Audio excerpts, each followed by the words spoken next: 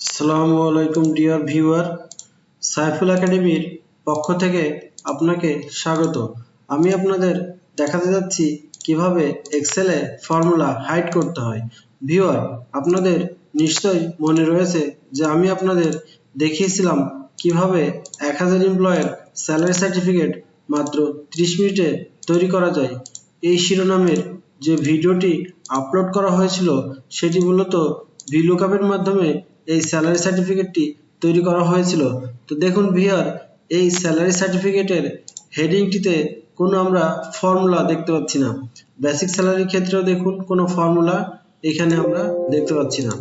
পক্ষান্তরে হাউস রেন্টের ক্ষেত্রেও দেখুন কোনো ফর্মুলা দেখতে পাচ্ছি না। এমনকি medical, convince, tiffin allowance, festival bonus এবং এমনকি ইনঅর্ডের ক্ষেত্রেও আমরা এখানে কোনো ফর্মুলা দেখতে পাচ্ছি না। তো ভিউয়ার, পাশাপাশি এই শীটটা দেখুন, এখানে আমরা ফর্মুলাটি ঠিকভাবে দেখতে পাচ্ছি। সেম ক্ষেত্রে বেসিক স্যালারির ক্ষেত্রেও দেখুন এখানে ফর্মুলাটি আমরা দেখতে পাচ্ছি। তো ভিউয়ার, এটি আমি কিভাবে তৈরি করেছিলাম সেটি দেখার জন্য মনোযোগ সহকারে এই ভিডিওটি দেখতে থাকুন। প্রথমে আমি স্যালারি সার্টিফিকেটের সমস্ত ইনফরমেশনকে সিলেক্ট করার জন্য Ctrl+A প্রেস করছি। দেন মাউসের রাইট বাটন প্রেস করছি। দেন ফরম্যাট সেলে ক্লিক করছি। এখানে যে নতুন টেবিলটি এসছে এই টেবিলের প্রোটেকশনে ক্লিক করছি। দেন এখানে ডবল ক্লিক করে খালি করে নিচ্ছি।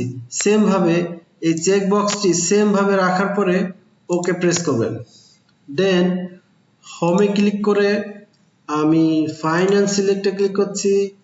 দেন গো টু স্পেশালে যাচ্ছি। দেন ফর্মুলায় ক্লিক করছি। দেন ওকে। যেখানে যেখানে আমি VLOOKUP that means formula use করছিলাম সেই ক্ষেত্রে এইগুলো সিলেক্ট অবস্থায় রয়েছে। তো এই সিলেক্ট অবস্থায় থাকাকালীন আমি মাউসের রাইট বাটন ক্লিক করছি। দেন ফরম্যাট সেলে ক্লিক করছি। দেন প্রোটেকশনে ক্লিক করছি। লকে ক্লিক করছি। হিডেনে ক্লিক করছি। দেন ওকে। এরপর রিভিউতে ক্লিক করছি। দেন প্রোটেক্ট শিটে ক্লিক করছি। এখানে পাসওয়ার্ড দিচ্ছি। পাসওয়ার্ড 2 বার দিতে হবে।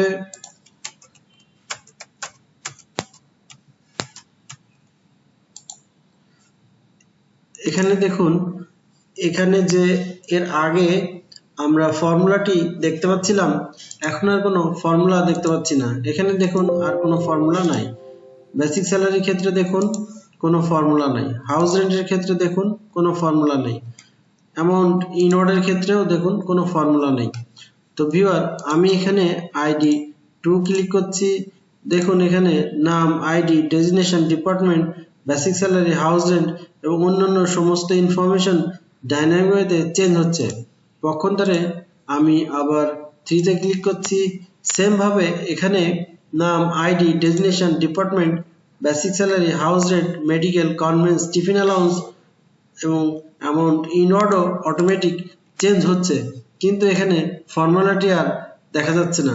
ভিউয়ার, এই ভিডিওটি দেখে যদি আপনার সামান্য উপকারে আসে তাহলে লাইক, কমেন্ট ও শেয়ার করার অনুরোধ রইল এবং সেই সাথে নতুন ভিডিওর নোটিফিকেশন পেতে সাবস্ক্রাইব করে বেল আইকনটি বাজিয়ে দিতে ভুলবেন না।